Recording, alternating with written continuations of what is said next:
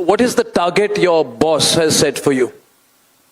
Well, his point is very clear. We have to be a $2.4 trillion economy. That means we need to grow at 15% CAGR year on year as a state. That requires a lot of integration across departments. And as the chairman of group of ministers to create 2 million jobs in 5 years, our singular agenda with which I'm working today is actually to create jobs. That's what keeps me up. That's what keeps me driven day in, day out. We just had Himanta Biswa Sarma earlier, and everybody's pushing for investment and more investment. What remains unique about Andhra as an investment destination, if any? I'll give you the 3 S's. First is speed, second is stability, third is service. Just to give you a few numbers, Google project, which was briefly mentioned in the video, it's India's single largest FDI investment ever. This is in a data center. From handshake to shovel, 13 months. ArcelorMittal Greenfield steel plant, from handshake to shovel, 17 months. I'll give you another number. AMCA, which is India's attempt at building indigenous fighter jet, a stealth fighter jet, handshake to shovel, 37 days. So that is the speed that Andhra Pradesh stands for and differentiates. Second is stability. You know, our leadership has an amazing track record where his policies have stood the test of time and politics, and we have delivered on that. Third is service. I look at all the entrepreneurs, the industries as nation builders. You here create jobs. You build the nation. And I look at you with a lot of respect, and I'm here as a politician to serve and deliver on the promise. So these are the 3 S's that I believe is what is making Andhra Pradesh different from other states. And that is why today we're able to attract 25% of investments that are actually coming to India. 25%, single state. So that's what makes Andhra Pradesh different from any other state in India. I'm going to ask a couple of more quick ones and then hand it over to Niranjan. You know, what is it that, if any, that differentiates Nara Lokesh or your generation, I would say? What is different in the way that those of your age bracket look at the relationship between business and politics? See, we've seen in the last 3 decades of my journalistic career, I've seen a different relationship between business and politics 25 years back and today. Today, it is not parasitic. It is not patronage. It is not what we in India used to call the Jajmani system. It is not based only on personal deliverables. It is based on strict performance deliverables. So the straight question, and we would like to know, there are many people from business in the audience, would your generation or you personally look at the relationship between business and politics differently from those a generation older or 2 generations older? Do you see anything changing? And I'm not talking only in the context of your boss. His approach was very different. I'm talking about the traditional relationship between politics and business earlier and now. Thank you. Yeah. Arnabji, after you spend a decade and a half or 2 decades with a leader, we all become a carbon copy of your leader. It's a culture that permeates. Day in, day out, when you're talking to your leader, exchanging ideas, the culture permeates. And in our, being a regional party, we've always had nation at heart. We came out policies that have helped the nation, and Andhra Pradesh got the first mover advantage. We've done that with data centers. We are doing that with few more sectors. So I believe that businessmen have an important role to play. They are nation builders. They create jobs. They are today building critical infrastructure. Saying that it's no longer just Andhra Pradesh vying for their rupee or their dollar. Every other state, I'm competing with every other state. And I'm differentiating myself with the 3 S's. And that is what I believe will make Andhra Pradesh a better place than any other state.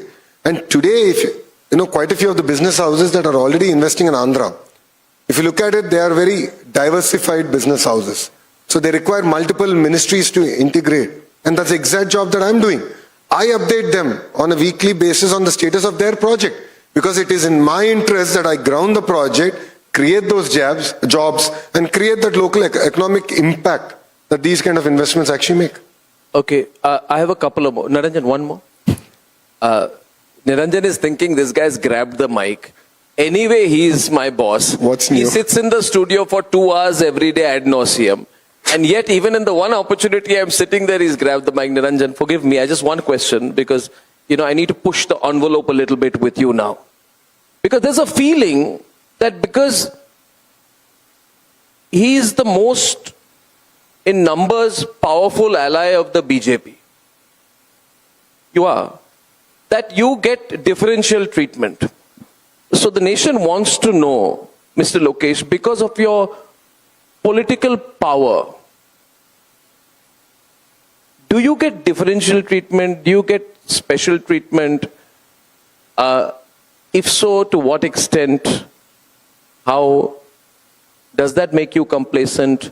Is there a deliverable with it? You can choose to answer this. And the reason I ask this question, and I'll explain this, is because when I understood the financial model of the Amravati project from you personally, I saw that there was a tremendous amount of capital raised that was done by the state of Andhra Pradesh and not coming from Delhi. I hope I'm understood here. It's not like, there's a feeling in Delhi that all the money is being given from Delhi, but that's not the case. So I want you to, this question is also an opportunity for you to dispel that myth and get into some hard numbers, please, if you may. Thank you. Yeah, Arnabji, definitely having more number of MPs help in terms of having a conversation at the table, having your voice heard, saying that what did we gain as a state and as a person, having a dinner with the Prime Minister. The Honorable Prime Minister Shri Narendra Modi ji was very kind enough to host me. And I've understood his vision. I've understood what he wants states to deliver. Today, to be very honest, the central government is creating world-class policies. Policies where in other countries they are unable to do. He's able to give us vision, direction and guidance. But he's looking at states to execute. And today Andhra Pradesh is taking that opportunity, is running faster than any other state. And therefore we are getting rewarded for it. It's as simple as that. See, if other states are sleeping and I'm going to the Raksha Mantri and saying that I heard you're having a project and please come to Andhra Pradesh, obviously he's going to choose us because we have the land ready. 37 days, 600 acres delivered to Government of India, 0 rupees taken by the state. So that is the speed, and the Honorable Prime Minister is looking at states that are going to run. He's saying you guys compete. And that's what I believe. When states compete, India wins. Saying that even Amravati is a great example of it. They gave the startup capital. So Government of India gave 12 or 13,000 crores of startup capital to get the project going. But that was just the beginning. We raised money. It's a self-financing project. It's going to be a world-class city that India has not seen. We are building infrastructure that will make every Indian proud and say, yes, we are no longer going to talk about cities in different parts of the world. We are going to talk about this city called Amravati in India, built by designed by world-class architects, where knowledge gets transferred to our architects, and we can go about showcase it to the world. So that's what is going to make us different from rest of the How much have you raised beyond the seed capital? See, we are going I just want to see the level of your ambition, the degree of your aggressiveness in being able to push together an infrastructure project of this scale. And I also want to understand the time limits of your execution and whether there is a political timeline that you keep in mind, because politicians like to deliver things just before the elections.